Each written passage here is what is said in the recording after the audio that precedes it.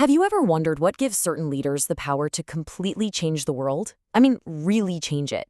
It's a question that cuts right to the heart of history. You see, some leaders challenge power from the outside, while others, well, they seek to become power itself. In this explainer, we're going to break down two powerful and profoundly different archetypes of leadership. All right, here's our game plan. First, we're going to dig into what makes these leaders so incredibly powerful in the first place.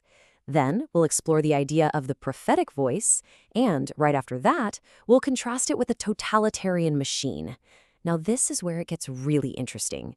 We'll uncover a shared psychological tool they both use, and finally, we'll draw a crucial line in the sand between being a prophet and being a king. So, let's start with the big one. What makes a leader powerful enough to actually change the world?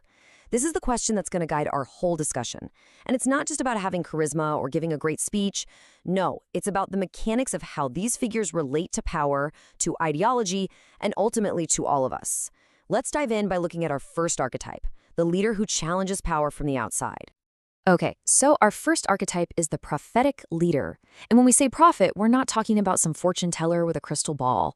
We're talking about a very specific kind of leader, one whose whole purpose is to speak truth to power.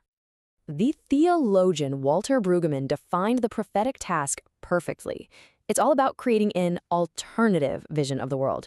You see, the prophet's job isn't to grab control for themselves. It's to remind everyone, especially the people in charge, that there's a different way of being, a perspective that completely challenges the status quo.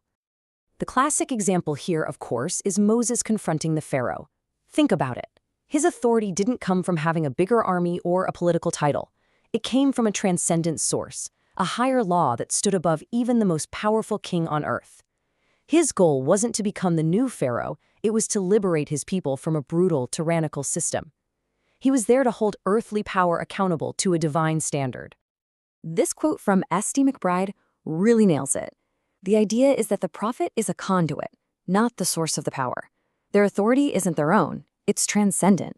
And that's what gives them the unique legitimacy to stand up to kings and empires without actually wanting that power for themselves. Now, let's do a complete 180 and look at a totally different model of leadership. Because if the prophet speaks truth to power, the totalitarian leader seeks to become the only power there is. The political theorist Hannah Arendt gave us this incredible definition. And the key thing to notice is that it's not just about brute force. She argues that its essence might be terror, yeah, but its principle of action, the engine that makes it all run, is a very specific, all-encompassing, and supposedly logical way of thinking. It's an ideology that provides the permission slip for that terror. So how do you build an ideology like that? Well, it often follows a pretty clear formula. You start with a deep dissatisfaction, this feeling that the world is just fundamentally broken. Then you blame it on something, and you promise that salvation is possible. You propose a radical, top-to-bottom change, and crucially, you insist this can all be done through human effort alone. And boom, you have a formula for remaking reality from scratch. This quote from Robespierre shows you exactly where that kind of logic leads. It's chilling, but you can see the ideology in action during the French Revolution. The beautiful promise of liberty becomes the ultimate justification for terror. Terror gets reframed. It's not evil anymore. It's just prompt, severe, inflexible justice, a necessary tool to build that perfect world they promised. Okay, so we've got two opposing archetypes, one who answers to a higher power and one who wants to be the higher power. You'd think they couldn't be more different, but here's the twist. They share a surprisingly powerful psychological tool. So what do they have in common? What could possibly connect a prophet demanding freedom from a tyrant with a totalitarian leader demanding absolute control? They both mobilize people against an enemy. But, and listen, this is the most important point of this entire explainer, the nature of that enemy is fundamentally different. For the prophet, the enemy is a system, an abstract idea like tyranny or injustice. But for the totalitarian, the enemy is a specific group of people, an internal scapegoat that has to be eliminated so the utopia can be built. And creating an enemy is an incredibly effective tool because it taps into our deepest psychological needs. It sharpens our sense of identity by creating an us versus them. It makes a chaotic world feel simpler, more controllable, by giving us a single source to blame for all our problems. It gets our group off the hook for any responsibility. It can even create a powerful sense of shared purpose that makes us feel like we're part of something that will last forever. Okay, this brings us to our final, crucial distinction. We've seen the two models, and we've seen the powerful tool they share.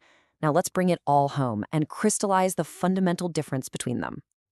This slide lays it all out. The prophet's authority comes from above. They appeal to a higher law that even kings have to answer to, and their purpose is to limit earthly power. The totalitarian's authority comes from within. The leader and the party become the law, the only source of truth, and their purpose is to achieve total absolute control. One is subject to a higher authority, the other seeks to become it. So the crucial point is this. When you see a leader rising, you have to ask yourself this one simple question. Are they fighting an oppressive system, like injustice or tyranny? Or are they targeting a specific group of people, creating a human scapegoat to justify their own absolute power? That, right there, is the test. So we've looked at these two powerful archetypes, the prophet who challenges the throne and the totalitarian who becomes the throne. This framework is now yours. The next time a charismatic leader emerges, promising radical change, you can ask yourself, which path are they on?